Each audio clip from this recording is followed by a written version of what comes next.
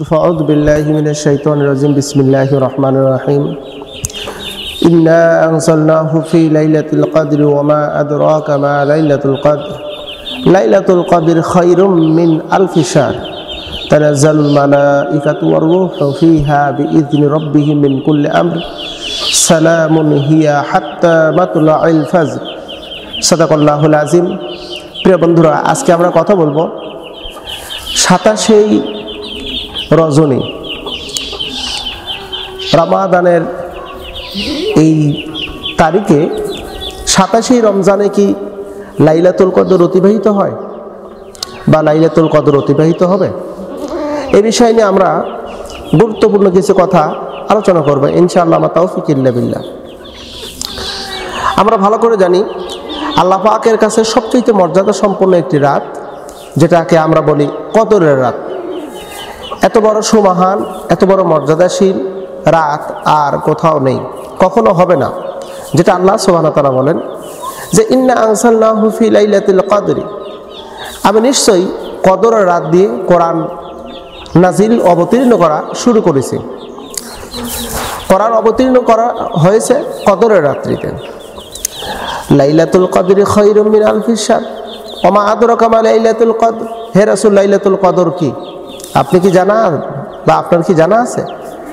আল্লাহ পাক বলেন লাইলাতুল কদরি খায়রুম মিন আলফি শাহর, লাইলাতুল কদরের রাত এমন একটি মর্যাদা সম্পন্ন রাত, হাজার মাস অপেক্ষায় উত্তম একটি মাস।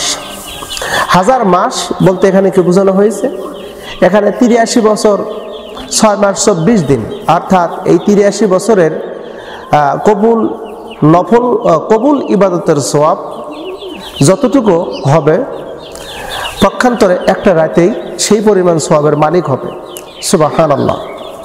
শুধু তাই নয়, তানাজ্জালুল মালাইকাতু ওয়ার রূহ, এবং ফেরেশতা জিবরাইল সহ আল্লাহ পাক ফেরেশতা প্রেরণ করবেন।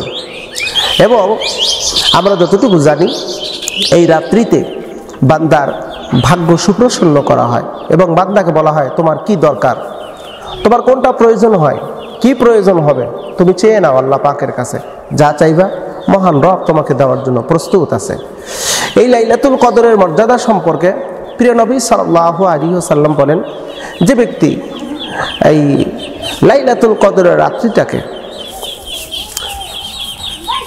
ঈমান এবং ইহতিসাবের সাথে গুরুত্বের সাথে এই কদরের রাতের কিয়াম করবে, অর্থাৎ অতিবাহিত করবেন, সময়টা ইবাদতের মধ্যে সময়টাকে অতিবাহিত করবেন, প্রিয় নবী বলেন তার জিন্দেগীর সমস্ত গুনাহ খাতা আল্লাহ পাক মাফ করে দিবেন।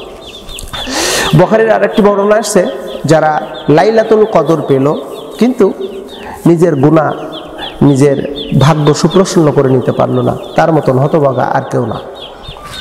প্রিয় বন্ধুরা, এখন আমাদের প্রশ্ন হলো লাইলাতুল কদরের রাত এটা 27 তারিখেই অতিবাহিত হবে, এই বিষয়টা নিয়ে আমাদের ভিতরে অনেকের মতনৈক্য। কেউ বলছে যে না, 27 তারিখেই লাইলাতুল কদর অতিবাহিত হবে, 27 রজনী। তো আসলে 27 রজনী অতিবাহিত হবে নাকি কোন রজনীতে অতিবাহিত হবে, এই ব্যাপারে আমরা একটু জেনে নিই। প্রিয় নবী সাল্লাল্লাহু আলাইহি ওয়াসাল্লামকে জিজ্ঞাসাবাদ করা হয়েছিল, রাসূল বলেছিলেন যে আমি লাইলাতুল কদরের রাত আমাকে দেখানো হয়েছে, আমি দেখেছি লাইলাতুল কদরের রাত আমি দেখেছি, কিন্তু লাইলাতুল কদরের রাত কোন সেই রাত, সেটা কবে অতিবাহিত হচ্ছে বা হবে, এইটি আমাকে ভুলানো হয়েছে।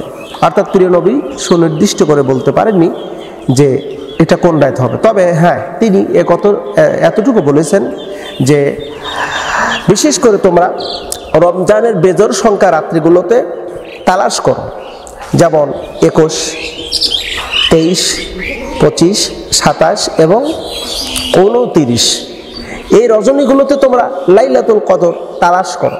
প্রিয় নবী সাল্লাল্লাহু আলাইহি ওয়াসাল্লাম এই রাতগুলোতে আমাদেরকে তালাশ করার কথা বলেছেন লাইলাতুল কদরকে।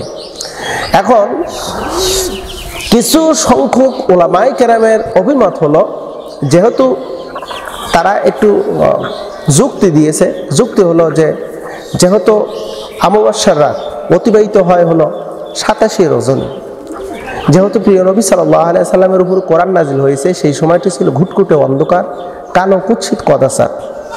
তো এই অন্ধকার তামাচ্ছন্ন একটি সময়ে প্রিয় নবীর উপরে যেহেতু কোরআন নাজিল হয়েছে, সেহেতু এটা হবে অমাবস্যার রাত। আর অমাবস্যা সাধারণত চন্দ্র মাসের 27 রজনীতেই সংঘটিত হয়। সেহেতু আল্লাহ পাক কোরআন নাজিল করেছেন কদরের রাত্রিতে, অর্থাৎ এই অন্ধকার রাত্রিতে।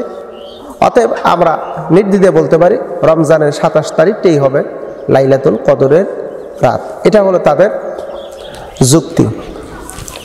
আর অন্যান্য ওলামায়ে কেরাম তাদের বক্তব্য হলো যে লাইলাতুল কদরের রাত মোটেও 27 রজনী অতিবাহিত হবে বলে কোনো সিকিউরিটি নেই, তবে হ্যাঁ হতেও পারে।